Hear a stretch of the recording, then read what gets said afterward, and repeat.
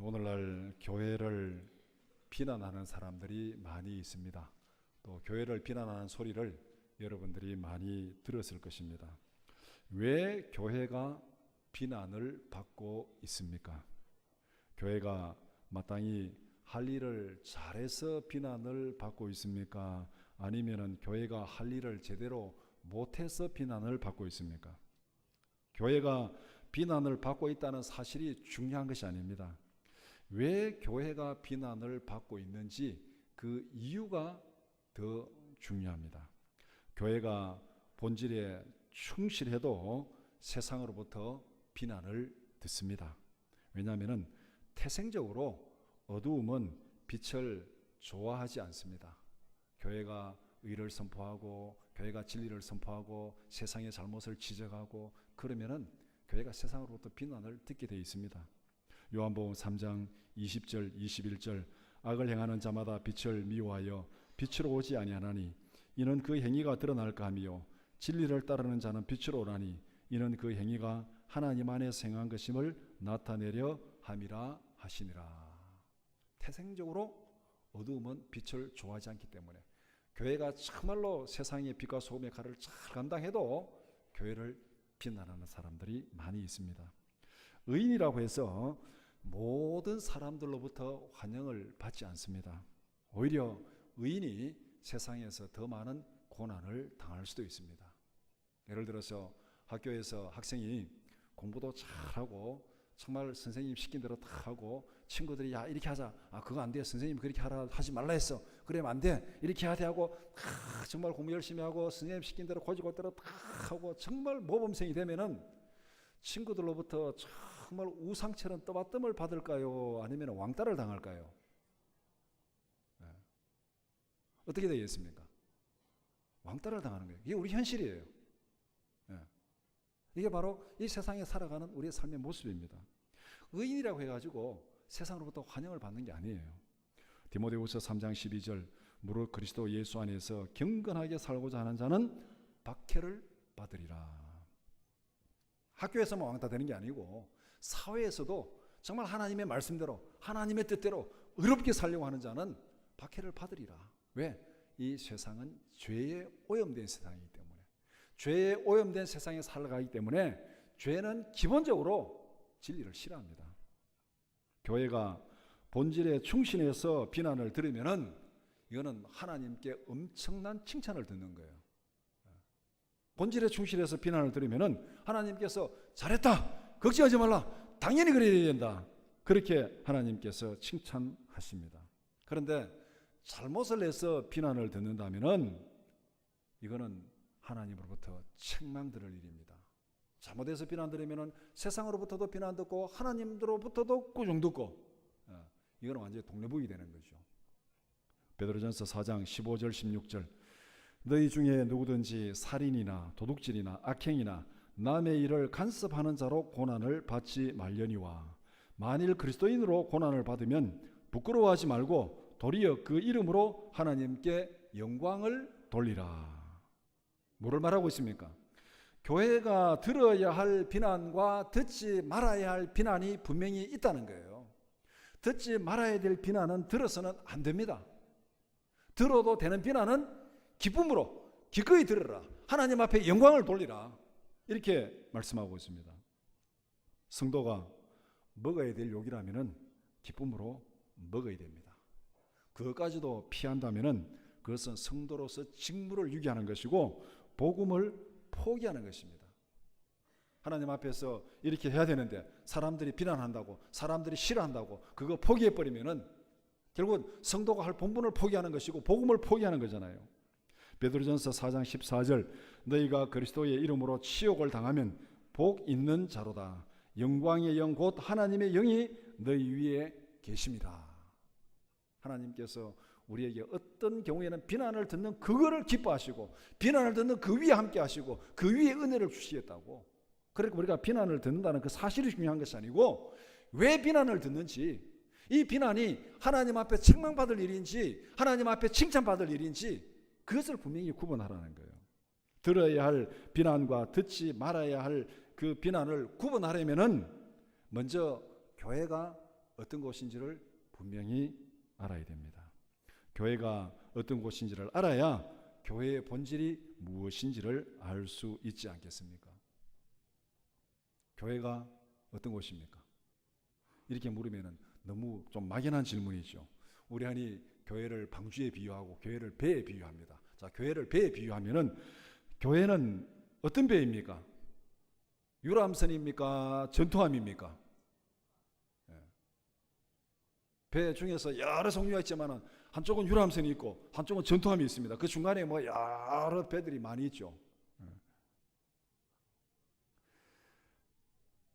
유람선은 편하게 즐기고 노는 곳입니다. 전투함은 생명을 지키고 보호하기 위해서 목숨을 걸고 싸우는 곳입니다. 교회는 어떤 곳입니까? 편하게 즐기고 노는 유람선입니까? 아니면은 생명을 구원하기 위해서 목숨을 걸고 싸우는 곳입니까? 많은 사람들이 교회를 유람선으로 착각하고 있습니다. 실제로 살아가는 모습을 보면은 교회를 유람선으로 착각하고 있어요. 교회 오면 편해야 되고, 교회 오면 즐거워야 되고, 교회 오면 기뻐야 되고, 조금 더 귀찮은 거는 싫고, 뭐 그게 하나님의 일이든 뭐든 관계없이 내 귀찮고 힘든 거는 싫고, 무조건 편안하게 즐겁게. 이거는 유람선에서 구하는 것입니다. 유람선에서. 교회가 유람선이 아니라면은 교회는 그런 것을 구하는 것이 아니에요. 지상의 교회는 유람선이 아닙니다. 생명을 구원하기 위해서 전투 중에 있는 전투함입니다. 그래서 하늘의 교회를 승리의 교회라고 말합니다. 승리적 교회. 이 땅의 교회를 전투적 교회라고 말합니다. 왜? 이 땅의 교회는 아직 이 죄와의 치열한 싸움을 하는 곳이기 때문에 이 지상의 교회는 전투적인 교회라고 그렇게 얘기를 합니다. 그러면은 지상의 교회, 우리 이 교회가 지상에 있잖아요, 지금. 천국에 있는 게 아니잖아요. 지상에 있는 교회는 전투적 교회라면은 우리 교회는 유람선입니까? 전투함입니까? 전투 중에 있는 전투함이에요. 교회가 어떤 곳인지를 바로 알고 행동해야 됩니다. 교회는 유람선이 아닙니다. 교회는 먹고 노는 유원지가 아닙니다. 교회는 생명을 구원하기 위해서 목숨을 걸고 싸우는 곳입니다. 교회에서 중요한 것은 편리한 것이 아닙니다. 재미있는 것이 아닙니다. 교회에서 중요한 것은 생명을 살리고 성도를 세우는 것입니다. 어렵고 힘들더라도 생명을 살리는 일이라면 기꺼이 자신을 던져야 됩니다. 그게 전투함이잖아요. 오늘 함께 읽은 고린도전서 3장 1절에서 17절 말씀에서도 교회가 어떤 곳인지를 우리에게 말씀합니다. 본문을 교회와 성도의 사명에 연관해서 세 가지 관점에서 살펴보고자 합니다. 오늘 이 본문 내용을 보면 17절까지 읽었는데 이 본문에 크게 보면 두 가지를 얘기하고 있어요. 밭에다 비유해가지고 얘기하고 있고 집을 짓는 건축자에 비유해서 얘기를 하고 있습니다. 교회가 어떤 곳인지, 성도가 뭐하는 사람인지, 그리고 또 뒤에 16절 17절 가가지고는 우리가 하나님의 성전이다 그렇게 얘기하고 있어요. 그러니까 어떻게 보면 교회가 어떤 곳인지를 얘기하기 위해서, 성도가 누구인지를 얘기하기 위해서 세 가지 주제를 가지고 지금 오늘 본문에서 같은 그 강조점을 가지고 얘기를 하고 있습니다. 그래서 오늘 이 본문에서 우리가 교회의 본질을 알기 위해서, 교회가 어떤 곳인지를 알기 위해서 우리 세 가지로 한번 정리해 보겠습니다. 첫 번째는 교회는 하나님의 밭이다. 두 번째, 우리는 밭에서 일하는 일꾼이다. 세 번째, 일꾼은 평가를 받는다. 이 세 문장이 오늘 1절에서 17절까지 내용을 요약한 내용입니다. 첫 번째, 교회는 하나님의 밭입니다. 교회는 유람선이 아닙니다. 교회는 유원지가 아닙니다. 교회는 놀이터가 아닙니다. 교회는 하나님의 밭입니다. 이게 무슨 얘기예요? 교회는 노는 곳이 아니라 일하는 일터라는 거예요. 하나님의 밭입니다. 일하는 일터입니다. 9절에 우리는 하나님의 동역자들이요 너희는 하나님의 밭이요 하나님의 집이라. 교회가 유람선이라면은 재미있게 노는 것을 기대할 것입니다. 교회가 밭이라면 열심히 일하는 모습을 기대할 것입니다. 밭에서 일하지 않고 먹고 마시고 논다면은 그것은 칭찬이 아니라 책망을 듣게 될 것입니다. 교회가 하나님의 밭이라면 하나님 우리에게서 무엇을 기대하시겠습니까? 하나님께서 우리에게 기대하는 게 뭐겠어요? 교회가 하나님의 밭이라면 노는 것을 기대하지 않습니다. 일하는 것을 기대하고 있습니다. 하나님께서 기대하는 그것이 교회의 본질이에요. 하나님께서 교회를 보고 무엇을 기대하는지 그 기대하는 그것이 교회의 본질입니다. 교회의 본질이 뭔지를 알기 위해서는 하나님께서 교회를 향해서 무엇을 기대하고 있는가? 그럼 교회가 어떤 곳인지를 알아야 되잖아요. 유람선이면 노는 것을 기대할 것이고 밭이면 일하는 것을 기대할 거예요. 여러분들이 여행을 가서 혹시 여기서 크루즈 여행을 하신 분 있는지 모르겠는데 저도 크루즈 여행 한번 해보고 싶은데 돈이 굉장히 비싸더라고요. 평생에 할지 못할지는 모르지만 TV 보면은 크루즈 여행 사는 사람들이 배에 타고 막 거기서 파티하고 즐기고 그 다음에 어느 항구에 도착하면 쇼핑하고 구경하고 또 배 타고 또 가고 계속 배 타고 다니면서 뭐 보름이고 한 달이고 그렇게 거기서 이제 먹고 마시고 즐기고 노는 것이 유람선이잖아요. 크루즈 여행 하는 거잖아요. 교회가 크루즈 여행선이라면은 거기서는 먹고 마시고 즐기고 놀아야 돼요. 그 여행을 갔는데 거기서 가가지고 일 걱정하고 집안 걱정하고 끙끙 앓고 계속 집에 전화해가지고 괜찮으냐고 그러면은 그 여행 왜 왔어요? 옆에 있는 사람 왜 뭐라 그랬습니까? 여행 왜 왔냐고. 그럴 바엔 집에 있지. 유람선에서는 재밌게 노는 거예요. 그런데 밭이라면은 하나님이 뭐를 기대하겠습니까? 밭에 일하러 나가서 일어나지 않고 먹고 마시고 놀면은 하나님께서 뭐라 그러겠어요? 그러니까 교회가 어떤 곳인지를 알아야 거기서 우리가 무슨 일을 해야 될지 방향이 나온다는 겁니다. 하나님의 밭인 교회에서 일하는 모습을 이렇게 설명합니다. 6절에 나는 심었고 아볼로는 물을 주었으되 오직 하나님께서 자라나게 하셨나니. 밭에는 일하는 사람들의 종류가 여러 명 있어요. 어떤 사람은 열심히 심고 어떤 사람은 물을 주고 어떤 사람은 풀을 뽑고 막 이렇게 이 밭에서 일하는 사람들이 많이 있어요. 그러니까 내가 어떤 일을 하든지 그거는 중요하지 않은 거예요. 내게 주어진 일에 열심히 하면 되는 거예요. 바울은 열심히 심었고 아볼로는 열심히 물을 줬고 자라게 하신 분은 하나님이에요. 하나님의 밭이니까.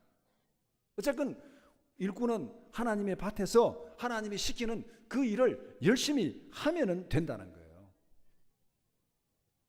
교회가 어떤 곳입니까? 간단히 정리해 봅시다. 교회는 유람선이 아닙니다.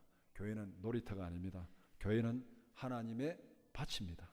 교회는 하나님께서 기대하시는 열매를 거두기 위해서 열심히 일하고 봉사하고 수고하는 일터입니다. 이거를 우리가 분명히 정리해야 됩니다. 성경이 그렇게 말씀하고 있습니다. 교회는 일터입니다. 하나님의 밭입니다. 두 번째, 우리는 밭에서 일하는 일꾼입니다. 교회가 하나님의 밭이라면은 우리는 어떤 사람들이 되어야 되겠습니까? 성도는 하나님 앞에서 이중적인 신분을 가지고 있습니다. 저나 여러분이 다 하나님 앞에서 이중적인 신분을 가지고 있어요. 하나는 하나님의 자녀로서 돌봄의 대상입니다.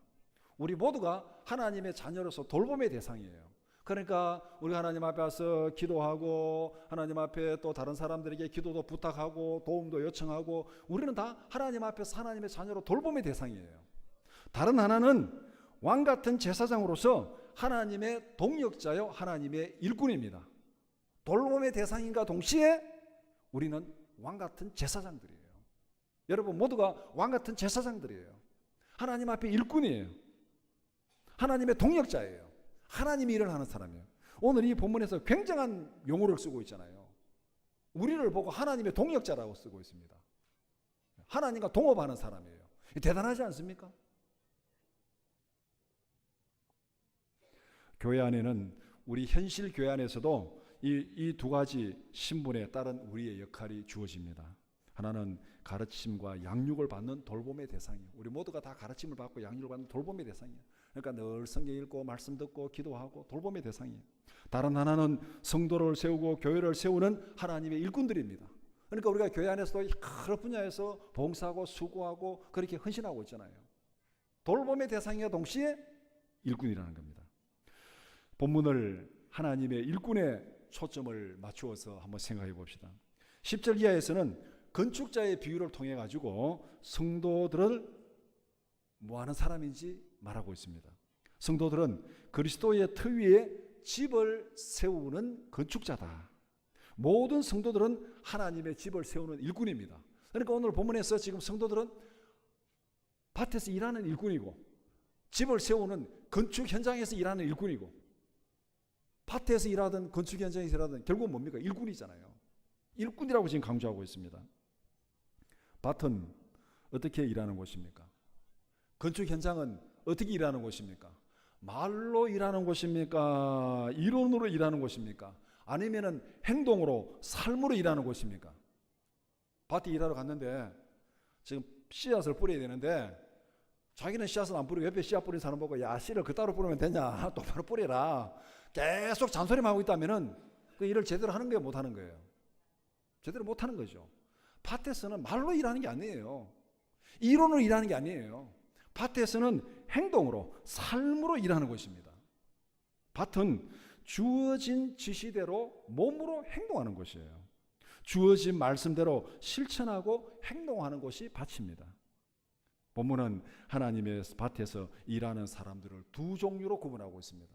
오늘 1절에 보면은 신령한 자를 말하고 있고 육신에 속한 자를 얘기하고 있습니다. 고린도 교회가 밭이에요. 고린도 교회가 하나님의 성전이에요. 고린도 교회가 하나님의 일꾼들이에요. 거기에 뭐인데 그 안에 두 종류의 사람이 있어요. 신령한 자들이 있고 육신에 속한 자들이 있습니다. 하나는 신령한 자인데 성령의 인도하심을 따라 살아가는 성도들을 신령한 자라 그러고, 다른 하나는 육신에 속한 자, 육에 속한 자입니다. 거듭나기는 했지만은 육신에 속한 죄의 지배에서 벗어나지 못한 사람들, 그리스도 안에서 어린아이와 같이 육체의 본성을 따라 행동하는 사람을 육에 속한 사람이라, 성도를 두고 얘기하는 겁니다. 지금 이 교회 밖에 있는 사람을 두고 얘기하는 것이 아니고 고린도 교회 안에 있는 성도를 두고 너희는 육에 속한 자다, 그렇게 얘기하고 있습니다. 육신에 속한 사람들은 사람을 따라 행하는 성도들입니다. 3절에서 분명히 말한, 3절 마지막에 사람을 따라 행했다. 육신의 욕심을 따라 행하는 성도입니다. 하나님의 말씀이 아니라 세상의 가치관을 따라서 세상의 욕심으로 사람의 모습대로 그렇게 살아가는 사람을 육에 속한 자다, 어린아이 같은 자다, 그렇게 본문에서 말합니다. 그러니까 교회 안에 일꾼으로 말하면 두 종의 일꾼이 있습니다. 육신을 따라서 일하는 사람이 있고 성령을 따라서 일하는 사람이 있습니다. 두 종류의 일꾼들은 두 종류의 방법으로 일을 합니다. 육신에 속한 사람들은 보이는 대로 따라가고 느끼는 대로 행동합니다. 절제하지 못합니다. 참지 못합니다. 조그마한 일에도 분노하고 욕심을 따라서 방탕하게 살아갑니다. 신령한 사람들은 하나님의 말씀과 성령의 인도하심을 따라 행동합니다. 이것이 두 종류의 일꾼이 일하는 모습이에요. 하나는 육신을 따라서 본능대로 일하고, 하나는 말씀을 따라서 성령의 인도함을 따라 일하고, 육신을 따라 행동한 사람은 육신의 열매를 거두게 됩니다. 오늘 본문의 육신의 열매는 시기와 분쟁과 파당을 짓는 거예요. 3절 말씀 우리 한번 같이 읽겠습니다. 시작. 너희는 아직도 육신에 속한 자로다. 너희 가운데 시기와 분쟁이 있으니 어찌 육신에 속하여 사람을 따라 행함이 아니리요. 육신에 속한 분명한 증거가 있다는 거예요. 분명한 행동의 모습이 있다는 거예요. 너희 가운데 시기와 분쟁이 있다. 그래서 그 밑에 5절부터 쭉 보면은 4절부터 보면은 이 고린도 교회는 여러 파당이 있습니다. 나는 아볼로에게라, 나는 바울에게라, 나는 게바에게라, 나는 예수 그리스도에게라, 여러 파당이 있습니다. 사람을 따라 살아가는 것, 사람을 따라 행동하는 것, 이거는 육에 속한 자라는 것. 육신의 열매, 분쟁과 시기와 파당을 짓는 것. 성령을 따라 행동하는 사람들은 성령의 열매를 거둡니다. 갈라디아서 5장 22절 23절 오직 성령의 열매는 사랑과 희락과 화평과 오래 참음과 자비와 양성과 충성과 온유와 절제니 이 같은 것을 금지할 법이 없느니라. 육신의 열매는 시기와 질투와 분쟁이고 성령의 열매는 사랑과 희락과 화평이고 이들이 분명히 다르잖아요. 여러분들은 어떤 방법으로 일하고 있습니까? 육신을 따라, 사람을 따라, 보이는 대로, 느끼는 대로 행동하고 있습니까? 아니면은 성령을 따라 말씀에 순종하는 행동을 하고 있습니까? 옆에 있는 사람 볼 필요 없습니다. 자신을 보면 돼요. 밭에는 심는 사람도 있고 물 주는 사람도 있고 각각의 상급을 받으리라. 밭 심는 사람이 물 주는 사람 보고 너 왜 그따위로 하냐 말할 필요 없어요. 심는 사람은 심는 일 잘하면 되고 물 주는 사람은 물 주는 일 잘하면 되고 거기에 각각의 상급을 받는다. 그렇게 했으니까 우리가 하나님 앞에서 나는 어디에 속한 사람인가? 나는 육신에 속한 사람인가? 나는 성령에 속한 사람인가? 어디에서 일하든지 일꾼은 주인의 뜻을 따라 일을 해야 됩니다. 밭에서 일을 하든 건축 현장에서 일을 하든 주인의 뜻을 따라 일해야 돼요. 우리가 어디 일하러 가면은 밭이나 뭐 건축 현장 일하러 가면은 그날 작업 지시를 주잖아요. 오늘은 이런 일을 한다. 이렇게 일을 한다. 작업 지시를 받고 일을 하게 되잖아요. 하나님의 밭에서 일하는 사람은 하나님의 기준을 따라서 하나님의 지시를 따라서 일을 해야 돼요. 하나님은 밭에다가 콩을 심기를 원하고 지금 콩을 심으라고 얘기했는데 일하는 사람이 나는 콩 싫어해요. 나는 팥을 좋아해요. 그래서 팥을 심는다면은 일을 잘한 겁니까? 못한 겁니까? 잘못한 것이죠. 밭의 주인이 콩을 심으라면 일하는 사람은 콩을 심으면 돼요. 콩을 싫어하든 좋아하든 팥을 심으면 안 돼요. 하나님의 집을 세우는 사람은 하나님의 기준을 따라서 집을 세워야 됩니다. 하나님은 집을 지을 때 내가 대리석으로 집을 짓겠다 하고 이렇게 일을 시켰는데 일하는 사람이 대리석 무겁고 힘들어요. 그거 치우고 나무로 지읍시다. 나무로 빨리 지읍시다 하고 나무로 집을 지었습니다. 잘한 겁니까? 못한 겁니까? 잘못한 거죠. 기본으로 돌아갑시다. 이것이 우리의 기본이에요. 교회는 하나님의 밭입니다. 교회는 하나님의 건축 현장입니다. 우리는 하나님의 밭에서 하나님의 집에서 일하는 일꾼입니다. 하나님의 일터에서 내 생각대로 내 욕심대로 일할 것이 아니라 하나님의 뜻을 따라서 하나님께서 기뻐하시는 일을 하는 여러분들이 되기를 축복합니다. 하나님의 밭이니까 하나님의 일터니까 하나님의 뜻을 따라 해야 된다는 거예요. 내 생각대로 하면 그건 잘못한 거예요. 그건 책망 들을 일입니다. 벌 받을 일이다. 나중에 심하게 하면 변상해야 될 일입니다. 하나님의 일터에서 일하는 사람의 기본은 하나님이 지시하는 대로 하나님이 원하는 대로 하나님의 계획대로 일하는 것이 우리의 본분입니다. 세 번째, 일꾼은 평가를 받습니다. 일꾼은 일을 마치면은 주인으로부터 평가를 받습니다. 10절 이하는 평가를 강조하면서 건축자의 비유를 설명하고 있습니다.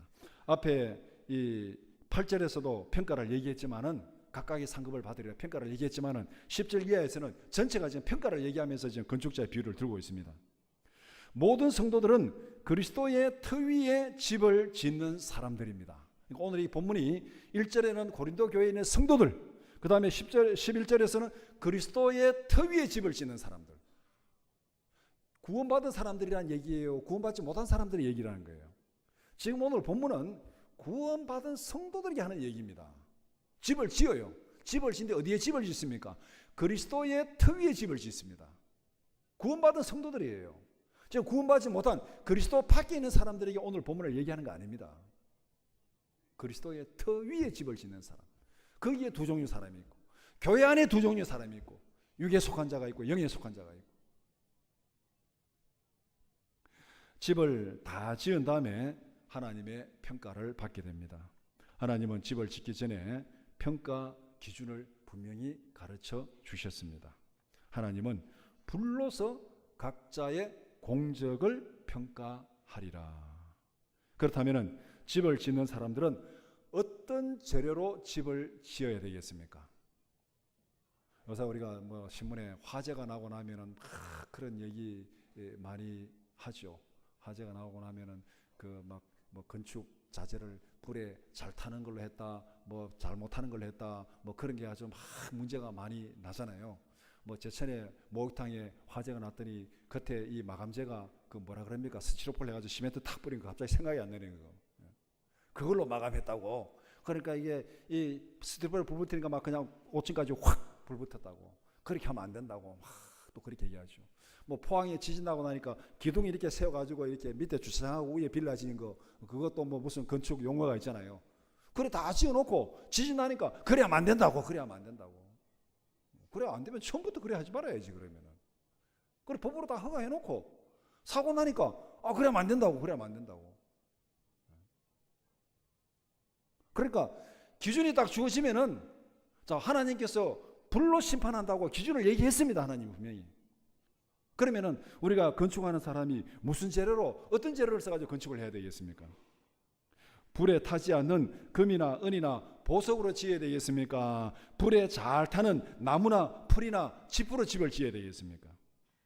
어느 것으로 집을 짓는 것이 쉽고 편합니까? 금이나 은이나 보석으로 짓는 것이 쉽고 편합니까? 나무나 풀이나 짚으로 짓는 것이 쉽고 편합니까? 여기서 우리가 둘 중에 결정을 해야 돼요. 하나님의 기준을 따를 것인가? 내가 편한 것을 따를 것인가? 하나님은 불로 심판한다 했어요. 그러면은 불에 타지 않는 재료로 지어야 되는 거죠. 그런데 불에 타지 않는 재료를 지으니까 힘들어요. 어려워요. 내가 편한 대로 쉽게 지면 돼요. 여기서 우리가 늘 고민하고 갈등하는 거예요. 하나님의 말씀대로 순종하면서 살아가려고 하니까 힘들어요. 손해보는 것 같아요. 어려워요. 귀찮아요. 근데 내 편한 대로, 내 느끼는 대로, 내 육신의 소욕대로 살아가면 우선 편해요. 즐거워요. 이 둘이 늘 충돌하잖아요. 어떻게 지어야 되겠습니까? 힘들더라도 하나님의 평가 기준에 맞게 지어야 되겠습니까? 아니면 하나님의 평가 기준은 접어두고 내가 쉽고 편한 대로 지어야 되겠습니까? 하나님의 평가 기준은 분명합니다. 불로서 공적을 평가합니다. 불로 시험했을 때 공적이 그대로 남아있으면 상을 받는다. 불로 평가해보니까 공적이 다 타버리고 없습니다. 그러면 해를 받게 된다. 그런데 구원은 받는다. 왜? 그리스도의 터 위에서 일을 세우는 자이기 때문에 구원은 받는다. 불 가운데서 구원 받듯이 받으리라. 구원은 받는다. 이게 오늘 본문에서 구원받은 성도들이 하는 얘기라는 거예요. 구원은 받습니다. 어떻게 씻든 예수 그리스도 안에서 거듭났으면은 구원은 받습니다. 육신의 소욕을 따라 살아가든 하나님의 말씀을 따라 살아가든 구원은 받습니다. 그러나 상급은 없어요. 고난 가운데서 구원받으리라고 분명히 얘기하고 있습니다. 어느 쪽이 지혜로운 건축자입니까? 쉽고 편한 것이 중요한 것이 아닙니다. 어렵고 힘들더라도 하나님의 방법대로 하는 것이 중요한 거예요. 이왕 짓는 것. 아무리 거창하게 다 지어놔도 불 확 타버리고 하나도 남지 않으면은 하나도 안 한 것과 똑같잖아요. 이왕 짓는 거. 조금 지어도 타지 않고 남아 있어야 돼요. 많이 지어도 타버리면 아무것도 아니에요. 그거는. 쉽고 편한 것이 중요한 것이 아니라 하나님의 기준이 뭔가가 중요한 거예요. 믿음으로 살아가는 우리는 어떤 모습입니까? 여러분은 어디에 속합니까? 1번 힘들더라도 하나님의 기준에 따른다. 2번 하나님의 기준은 접어두고 내가 편한 대로 행동한다. 여러분 어느 쪽입니까? 다 1번 하고 싶죠. 근데 교회 밖을 나가면은 2번이 편해요. 1번은 귀찮아요. 힘들어요. 그러니까 1번을 포기합니다. 오늘 여기까지 하고 내일부터 내가 타지. 오늘은 이렇게 하고 내일부터 하지. 예. 내일은 영원한 내일입니다. 하나님 앞에 설 때까지 내일은 하고. 예. 어느 쪽이 지혜로운 건축자입니까? 내 생각대로 쉽고 편한 대로 하는 것은 지혜로운 건축자가 아니에요. 그건 나중에 다 타버리고 책망들을 일입니다. 정말로 지혜로운 건축자는 하나님의 기준이 뭔지, 하나님이 원하시는 게 뭔지 그것을 알고 그대로 하는 거예요. 내 생각대로 쉽고 편하게 행동하는 게으르고 어리석은 자가 아니라 하나님의 말씀대로 성령의 인도하심을 따라 행동하는 부지런하고 지혜로운 성도들이 되기를 축복합니다. 이것이 오늘 본문이 우리에게 말씀하는 내용입니다. 말씀을 정리해 봅시다. 교회는 놀이터가 아니라 일터입니다. 교회는 유람선이 아니라 전투함입니다. 영적 전쟁은 내 안에, 내 마음 속에서부터 치열하게 벌어집니다. 죄의 지배를 받는 육신의 욕심과 하나님의 말씀을 따르는 성령의 법이 내 안에서 치열하게 싸우고 있습니다. 이 순간도 싸우고 있고, 예배 마치고 문 밖을 나서는 순간부터 싸우고 있습니다. 계속 싸우고 있어요. 하나님의 말씀이 이렇게 하라 했는데, 나는 이렇게 하고 싶은데, 그거 힘든데, 이게 편한데, 귀찮은데, 이게 바쁜데. 하나님의 법과 죄의 법이 우리 안에서 계속 싸우고 있습니다. 내 안에서 벌어지는 영적 전쟁은 죽느냐 사느냐의 전쟁입니다. 내 안에서 죄의 법이 이기면은 나의 행동을 통해서 나타나는 모습은 시기와 질투와 분쟁이 나타납니다. 나를 통해서 시기와 질투와 분쟁이 나타나고 다른 사람을 험담하고 뒤에서 막 비난하고 이런 말이 내 입에서 나온다는 것은 내 안에서 영적 전쟁에서 내 성령의 법이 졌다는 거예요. 육신의 법이 이겼다는 거예요. 육신의 법이 이기고 나오는 행동이 시기와 질투와 분쟁이라고 오늘 본문의 3절에 분명히 말하고 있잖아요. 내 입에서 어떤 말이 나오는가, 그걸 보면은 내 안에서 마음에서 벌어지는 전쟁에서 어디가 이기는지가 판가름 나는 거예요. 내 안에서 성령의 법이 이기면은 나의 행동을 통해서 사랑과 희락과 화평이 나타납니다. 내가 이쪽에 서고 싶다 해서 그렇게 되는 게 아니에요. 평가는 하나님이 하십니다. 평가는 하나님이 하세요. 하나님이 보시고 평가하십니다. 내 말과 행동을 보면은 내가 지금 어느 쪽에서 싸우고 있는지, 어느 쪽이 내 마음속에서 이기고 있는지 그것이 드러난다는 겁니다. 시기와 질투와 분쟁을 일으키는 죄의 법이 아니라 사랑과 희락과 화평을 이루는 성령의 법을 따라 살아가는 우리 모두가 되기를 주님의 이름으로 축원합니다. 기도드리겠습니다.